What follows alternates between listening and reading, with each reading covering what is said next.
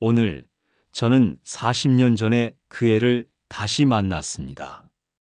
60을 바라보는 나이, 이제는 무뎌질 대로 무뎌졌다고 생각했던 심장이 쿵 하고 내려앉는 소리를 들었습니다. 아내가 시장에 간 사이 분리수거를 하러 나선 낡은 아파트의 엘리베이터 안이었습니다.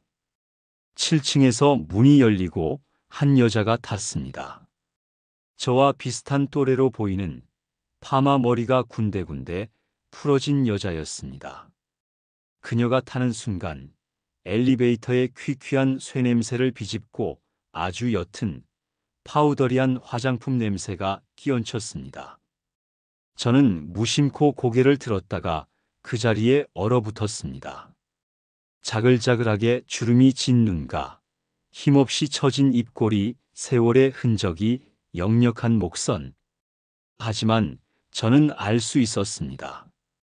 40년 전 내 모든 것을 뒤흔들었던 그 애였습니다. 그 애는 저를 흘끗 보더니 이내 층수를 알리는 붉은색 숫자판에 시선을 고정했습니다. 저를 못 알아봅니다. 아니, 어쩌면 알아보는 것조차 불가능할 겁니다. 저 역시 이렇게 쭈글쭈글하고 배 나온 중늙은이가 되었으니까요. 하지만 저는 확신에 가까운 무언가를 느꼈습니다. 40년이라는 세월도 지우지 못한 그의 특유의 분위기, 그 눈빛, 그 애가 맞았습니다. 그때는 제가 아직 이렇게 쭈글쭈글하지도 않았고 몸도 가벼웠던 아주 어렸을 적 이야기입니다. 정확히 고등학교 1학년 때였던 것 같습니다. 저는 여느 시골 애들처럼 그저 까맣고 까까머리의 아이였습니다. 아니, 그땐 다들 그랬으니까 특별할 것도 없는 그런 아이였지요. 아버지는 옆 동네 탄광에서 일을 하셨습니다. 우리 동네 아버지, 삼촌들은 대부분 검은 탄가루를 묻히고 집으로 돌아왔습니다. 시골이었지만 탄광 노동자들 가족들이 모여 살아 학생 수는 꽤 많았습니다. 저는 그 많은 아이 중 하나 특별하다고 생각해 본 적도 없고 그저 친구들과 물 흐르듯이 지내고 있었습니다. 그 애가 나타나기 전까지는 이제는 오래돼서 그게 정확히 몇 학년 때 여름방학이었는지 헷갈리지만 아마도 고등학교 1학년 여름이었을 겁니다.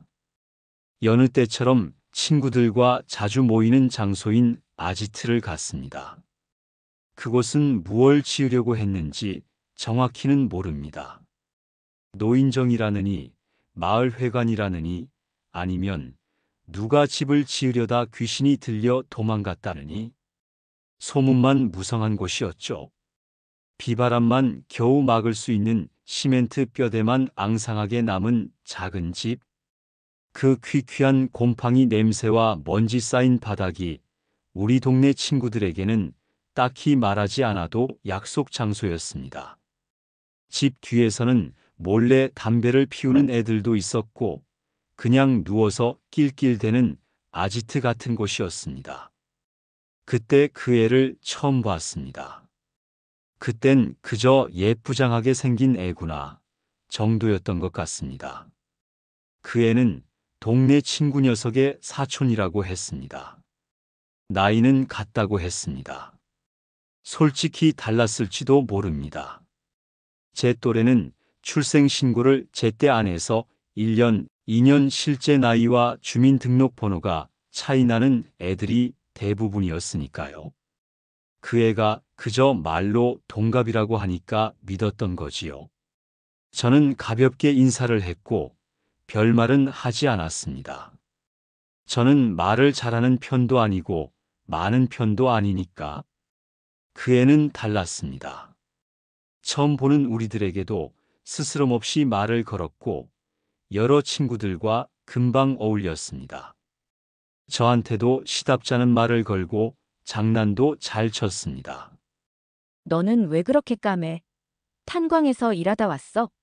얼굴이 화끈거렸지만 그 애의 웃는 얼굴에는 아기가 없었습니다. 그래서 그런지 금방 친해졌던 것 같습니다. 그렇게 한동안은 친구들과 다 같이 돌아다녔습니다. 그때는 뭐 별게 없었으니까요. 돈을 모아서 시장에 나가 짜장면을 먹을 때도 있었지만 대부분은 그냥 동네를 쏘다녔습니다. 탐험이라고 하기엔 너무 거창한가. 그냥 산길을 걷기도 하고 지평선 끝까지 펼쳐진 엄청 넓은 무반 옆을 다 같이 걷기도 했습니다. 우거진 나무가 많은 곳에서 다 같이 매미 소리를 들으면 쉬기도 했습니다. 때론 나무 막대기를 들어 야구를 하듯이 돌멩이를 방망이질하기도 하고 근처 작은 계곡에 놀러가 홀딱 젖기도 했습니다. 그저 좋은 추억, 흔한 옛날 추억처럼 다 같이 웃고 떠들고 즐거웠습니다. 그 애는 그 중심에 있었습니다. 어느 날 아지트를 갔습니다. 그날따라 유난히 햇볕이 뜨거웠던 기억이 납니다. 아직 다른 친구들은 오지 않았는지 아니면 왜 친구를 두고 혼자 와 있는지 모르겠는데 그날 딱 갔을 때 친구들은 없었고 그 애와 나 둘뿐이었습니다. 시멘트 바닥에 고여있던 더운 공기가 훅 끼쳤습니다. 이제는 꽤 친해진 터라 가볍게 인사를 하고 이런저런 얘기를 하던 중에 그 애가 벌떡 일어났습니다. 나 저 위에 그 대들나무에 가고 싶어.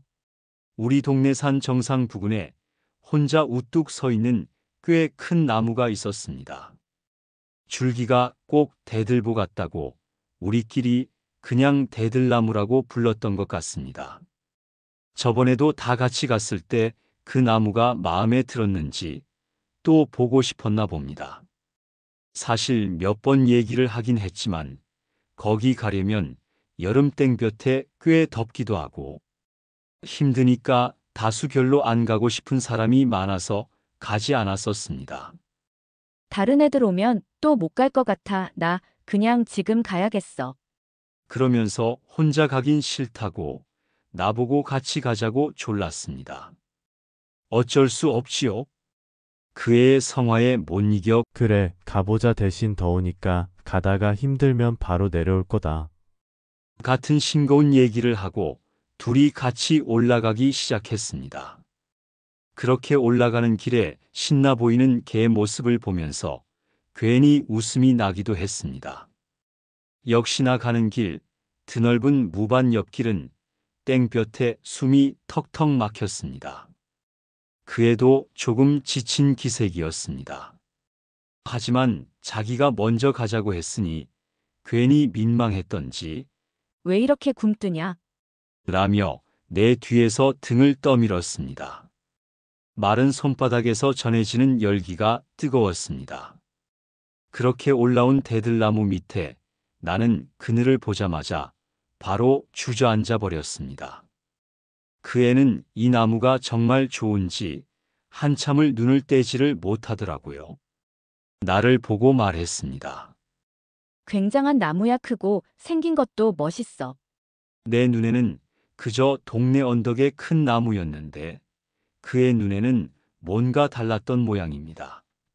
무튼 앉아서 헉헉대며 쉬고 있는 내 옆에 그 애가 와서 털썩 앉았습니다.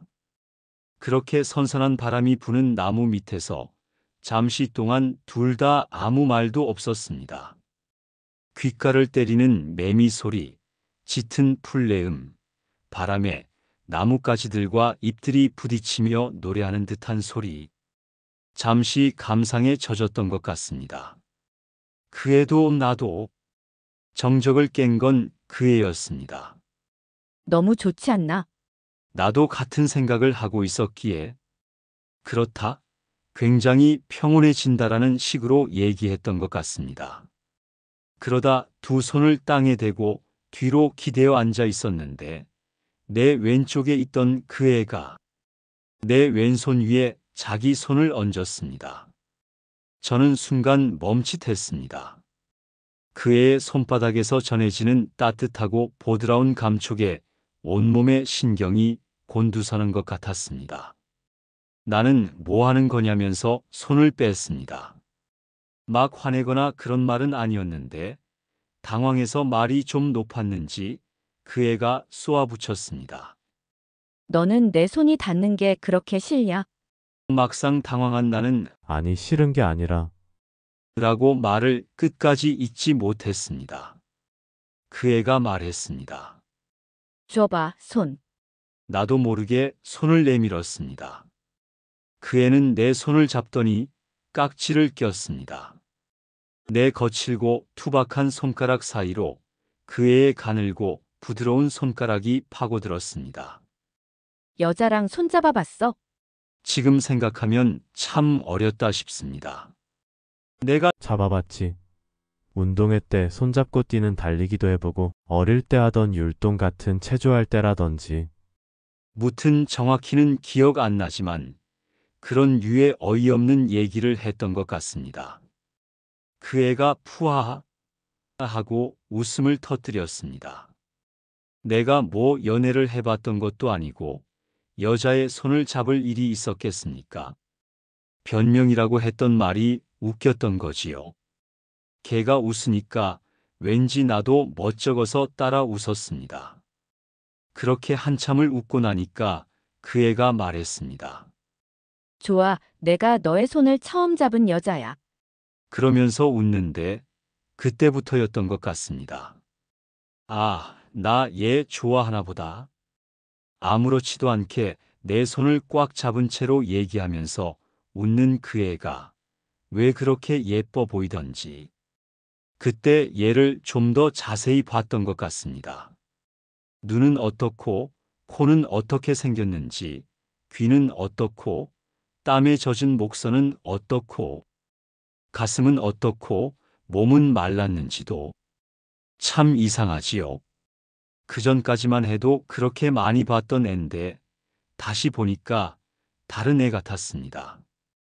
걔가 피부가 하얀 편도 아니었던 것 같은데 내가 워낙 까매서 그런지 그 애는 피부도 막 하얀 것 같았습니다. 손가락은 가늘고 긴 편에 전에는 몰랐는데 땀에 젖은 얇은 티셔츠 위로 가슴 중앙에 작게 보이는 반점 같은 것도 보였습니다. 보이지 않던 것들이 보이고 모든 게 다르게 느껴지는 겁니다. 그렇게 한번 시작된 내 두근거림은 내 말문을 닫아버렸습니다. 그 애는 내 반응이 없자 재미가 없어졌는지 깍지 낀 손을 풀고 내 허벅지에 누워버렸습니다. 그러고는 눈을 감았습니다. 나 조금만 이러고 있을래. 지금 너무 좋아. 그 말을 하고는 눈을 감은 채로 있다가 조금 뒤 살짝 잠든 것 같았습니다. 나는 최대한 그 애가 깨지 않게 하기 위해 왼쪽 허벅지에 온 신경을 집중했습니다. 따뜻하고 말랑한 그 애의 머리 무게가 내 다리 신경을 타고 온몸으로 퍼지는 것 같았습니다. 그러고는 좀 더 자세히 그 애를 봤습니다.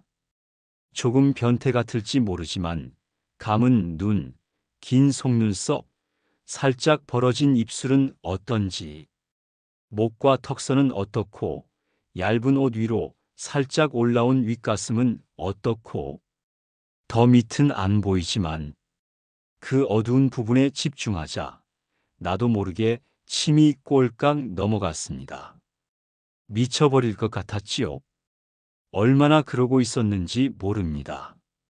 뭔가 격하게 참았더니 배도 아파오고 괜히 그 애가 눈치챌까 딴 생각도 해봤습니다. 하지만 나는 계속 그 애의 가슴에서 더 내려가 배, 허벅지, 종아리, 발목은 어떻고 전부 그렇게 훑었던 것 같습니다. 태어나 처음으로 누군가의 몸을, 여자의 몸을 그렇게 자세하게 봤던 거지요. 그러다 잠에서 깰 때 왜 숨을 크게 들이쉬는 거 하잖아요. 그 애가 크게 숨을 들이쉬길래 깜짝 놀라서 멀리 산을 보는 척 했습니다. 깜빡 잠들었네. 어리고 혈기왕성한 때니까 터질 것 같던 내 아랫도리는 바지 위로도 너무 적나라해 보였습니다. 그 애가 눈치챌까 급하게 엉덩이를 빼고 무릎을 산 모양으로 만들어 가렸습니다. 그런데 이미 그 애는 다 안다는 듯이 내가 귀엽게 보였던 건지 나를 보며 씩 웃어 보였습니다. 괜히 난 부끄러워졌고 얼굴이 화끈거렸습니다. 알몸을 보인 기분이었습니다. 잠시 무릎 위로 얼굴을 묻고 있었는데 그 애가 다가오는 느낌이 들어서 고개를 들었더니 바로 눈앞 가까이까지 그의 얼굴이 와 있는 겁니다. 심장이 미친 듯이 뛰기 시작했고 멍하니 서로 바라보다가 가볍게 입맞춤을 했습니다. 새의 깃털처럼 부드럽고 햇볕에 마른 듯 건조한 감촉이었습니다. 그러고는 다시 멀리 떨어져서 말했습니다. 너 여자랑 뽀뽀하는 것도 내가 처음이지. 그의 볼이 살짝 붉게 물든 게 정말 귀엽고 예쁜 봉선화 같다고 생각했습니다. 그러고 그 애가 하는 말이 나, 너가 하는 모든 거에 처음이고 싶어. 나는 아무 말도 할 수가 없었습니다. 그때는 그게 무슨 말인지 제대로 이해할 수 없었습니다. 아니, 지금도 사실 내가 이해한 게 맞는지 확신이 들지 않습니다. 그저 그 애도 나를 좋아한다고 생각했습니다. 그날부터 우리는 온종일 붙어 다녔습니다. 친구들이 둘이 무슨 사이냐, 사귀냐고 놀려도 그 애는 글쎄라며 아니라고 부정하지 않았습니다. 그렇게 나는 연애를 한다고 생각했습니다. 웃을 때 자연스럽게 내 옷자락 또는 팔뚝을 잡는 그 애가 좋았습니다. 피곤하거나 멍하게 있을 때 말없이 내 어깨에 머리를 기대는 그 애가 좋았습니다. 그 애의 머리카락에서 나는 샴푸 냄새가 좋았습니다. 하지만 그 애는 이 동네 사람이 아니라 여름방학이 끝나면 돌아가야 했습니다. 길지도 않은 여름방학이 미웠고 그 짧은 기간에 이렇게 내 마음이 커지는 것에 놀랐습니다.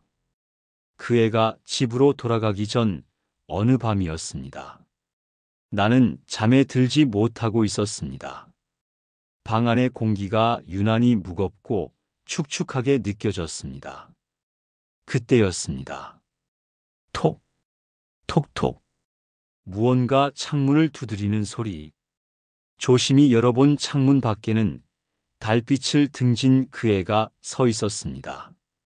나는 옆에서 자고 있는 동생들이 깰까봐 숨을 죽이고 조심스럽게 방을 나왔습니다.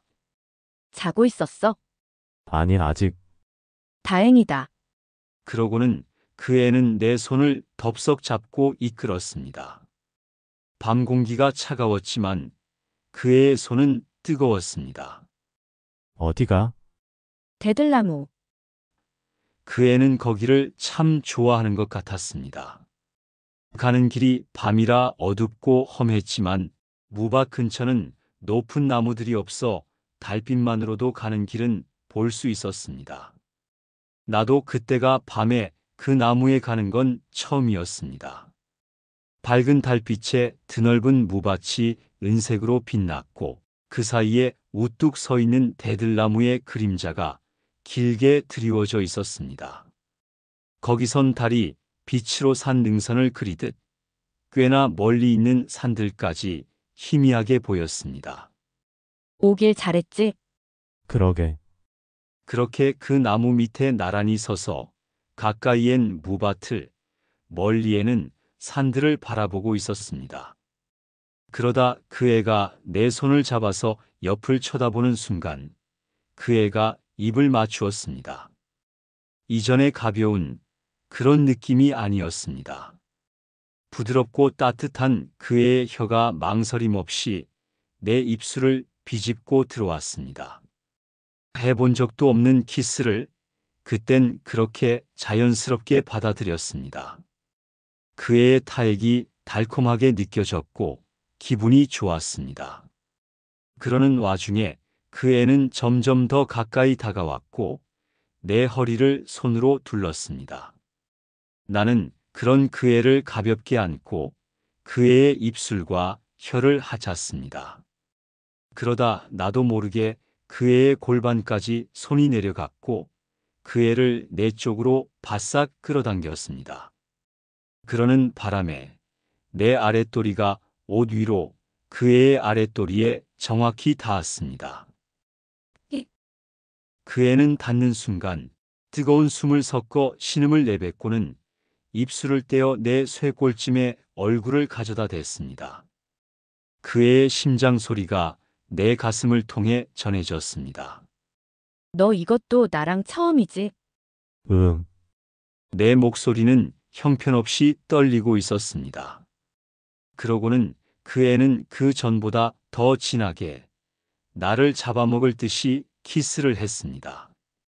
형언할 수 없는 그 느낌, 밤에만 우는 귀뚜라미 소리, 풀벌레 소리들, 잔잔한 바람에 스르륵 나뭇잎들이 부딪혀 작은 박수 소리를 내고 나는 점점 더 빠져들어갔습니다. 내 손은 어느새 그 애의 허리를 잡고 있다가 땀으로 축축한 옷 속으로 손을 집어넣었습니다. 그 애의 맨살은 불덩이처럼 뜨거웠습니다. 그 애의 가슴은 부드럽고 말랑했습니다. 살면서 처음 만져보는 감촉이었습니다. 그 애는 그렇게 내 모든 처음을 다 가져갔습니다. 그날 나는 첫 경험을 했습니다. 밤바람은 서늘했지만 우리 몸은 불덩이 같았습니다. 그 애는 내 손을 잡고 나무 아래 풀이 푹신한 곳으로 이끌었습니다. 우리는 거칠게 서로를 껴안고 바닥에 쓰러지듯 누웠습니다. 등 뒤로 축축한 흙냄새와 풀의 씁쓸한 향기가 올라왔습니다. 그 애의 거친 호흡이 내 귓가를 때렸습니다. 나는 그 애의 셔츠 단추를 서툴게 풀었습니다. 달빛에 비친 그 애의 작은 가슴과 낮에 보았던 그 반점이 선명했습니다. 내 입술이 그 위에 닿자 그 애는 잘게 떨었습니다. 손이 바지 아래로 내려갔을 때 나는 아무것도 몰랐습니다. 그저 본능처럼 그 애의 가장 부드럽고 젖은 곳을 찾아 헤맸습니다. 그 애가 내 손목을 강하게 잡으며 속삭였습니다. 아니, 너가 들어와. 서로의 옷을 서툴게 벗겨내는 동안 살같이 스치는 마찰음이 유난히 크게 들렸습니다. 나는 그 애의 다리 사이에 자리를 잡고 어떻게 해야 할지 몰라 망설였습니다. 그 애가 내 허리를 감싸 안고 자신의 몸으로 나를 이끌었습니다. 막다른 곳에 부딪히는 느낌, 그리고 이내 좁고 뜨거운 벽을 뚫고 들어가는 고통스러운 감각. 그 애의 짧은 비명과 함께 내 손톱이 내 어깨를 파고들었습니다. 나는 움직임을 멈췄습니다. 괜찮아, 움직여. 그 애의 목소리는 떨리고 있었습니다. 나는 천천히 그리고 점차 격렬하게 허리를 움직이기 시작했습니다. 아무런 기술도 배려도 없는 그저 열병 같은 10대의 첫 행위였습니다. 끈적한 타액과 땀이 뒤섞이고 젖은 살결이 부딪히는 소리가 밤 공기 속에 울렸습니다. 얼마나 지났을까? 나는 머릿속이 하얗게 비워지는 감각과 함께 그 애의 안에서 모든 것을 터뜨렸습니다. 우리는 한동안 아무 말도 없이 서로의 심장 소리와 귀뚜라미 소리만 들었습니다. 그 애의 몸은 따뜻했고 나는 내 모든 처음을 그 애에게 바쳤습니다. 그 애와 내려오는 길에 말했습니다. 편지할게. 내 말을 들은 그 애는 활짝 웃으며 응, 이라고 말했습니다. 그 웃는 얼굴이 달빛에 유난히 반짝였습니다. 그러고 며칠 뒤 그 애는 떠났습니다. 지금이야 카톡이나 문자, 휴대폰으로 전화 걸기만 해도 상대방과 대화를 할 수 있지만 그때는 전화기도 드물었고 행여나 있다고 해도 집에서 마음대로 전화를 사용하는 집은 없었습니다. 우리 집도 마찬가지로 전화기는 없었고 근처 이웃집 전화로 급한 일이나 멀리 사는 가족들 소식을 전해 듣는 정도였습니다. 그래서일까 그때는 기다림이 당연했고 그 기다림은 항상 설렘이었습니다. 여름은 끝났지만 내 마음은 진행형이었습니다. 나는 그 애한테 편지를 보냈습니다. 별 내용은 없었습니다. 잘 지내는지 편지를 처음 써본다며 그저 끄적거린 낙서 같은 편지였던 것 같습니다. 그렇게 한 통, 두 통, 세 통을 보냈습니다. 그리고 나서야 조금씩 불안해지기 시작했습니다. 답장이 오지 않아서 꿈 같았습니다. 그 여름방학의 기억들은 마치 환상처럼 나 혼자 꾼 꿈처럼 느껴졌습니다. 용기를 내 친구에게 그 애와 연락하는지 물어봤지만 사촌이지만 매일 연락하는 것도 아니고 큰 집안 행사가 있을 때나 보는 사이라 잘 모르겠다고 했습니다. 그렇게 그 애는 내게 꿈 같은 일들만 남기고 사라졌습니다. 그 뒤로 대들나무를 볼 때면 그의 생각이 나곤 했지만 그냥 그렇게 시간은 빠르게 지나갔습니다. 영화처럼 내게 다시 이어진다거나 그 애가 짠하고 나타난다거나 하는 그런 일은 없었습니다. 그 애와 사촌이었던 친구도 고등학교 졸업 후 자연스럽게 멀어졌습니다. 특별히 잘하는 거 없던 나는 공무원 시험 준비를 시작했고 그렇게 공무원이 된 나는 한 여자를 만났습니다. 첫사랑이자 끝사랑인 듯 불같이 사랑하고 결혼을 하고 애도 낳았습니다. 그 애가 결혼하는 것까지 보고 어느덧 할아버지가 되었습니다. 그날 밤의 기억은 대들나무의 추억은 그냥 10대 시절의 불장난 같은 아련한 기억으로만 묻어두었습니다. 그런데 그 애가 나타난 겁니다. 내 눈앞에. 그것도 같은 아파트의 이웃으로. 딩동 엘리베이터가 1층에 도착했습니다. 나는 멍하니 서 있었고 그 애는, 아니, 그 여자는 먼저 내렸습니다. 나는 무거운 쓰레기 봉투를 든 채 천천히 그 뒤를 따랐습니다. 그 여자는 익숙한 듯 103동 입구로 향했습니다. 우리 집은 104동인데 정말 내 이웃이 된 것이었습니다. 내 어렸을 적 심장을 뛰게 만들었던 그 애가 나이가 들어 나와 같이 늙어버린 모습으로 바로 내 옆동에 살고 있었습니다. 어떻게 해야 할까요? 그때 왜 연락하지 않았는지 물어보고 싶습니다. 혹시나 무슨 일이 있던 것인지 알고 싶지만 저는 가정이 있는 사람입니다. 요즘에는 뭘 해도 손에 잡히지 않습니다. 여러분이라면 어떻게 하시겠습니까?